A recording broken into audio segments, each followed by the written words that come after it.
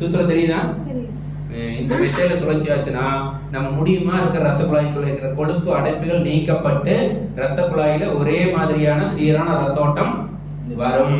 ரெண்டாவது, ரத்த குழாய் சுருங்கி இருக்குது அப்படின்னா, ரத்த குழாய் இப்படி சுருங்கிக்குன்னு வச்சுங்க, இந்த இடத்துல ஒரு சுருக்கம் இருக்கு அப்படின்னா இப்படி ரோல் ஆகும்போது ஆட்டோமேட்டிக் என்ன ஆயிரும்?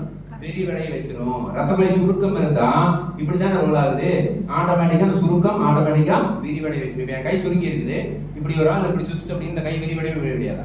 அதே மெத்தட்ல ரத்த குழாயில இருக்கிற சுருக்கங்கள் நீக்கப்படுது. மூன்றாவது விஷயம், அந்த தண்ணி இதுக்குள்ள ரத்தம் இப்படி சுழற்சி ஆயிட்டு இருக்கும்போது சென்டர்ல கேப் தெரியும் பாருங்க, இதுக்குள்ள பாருங்க,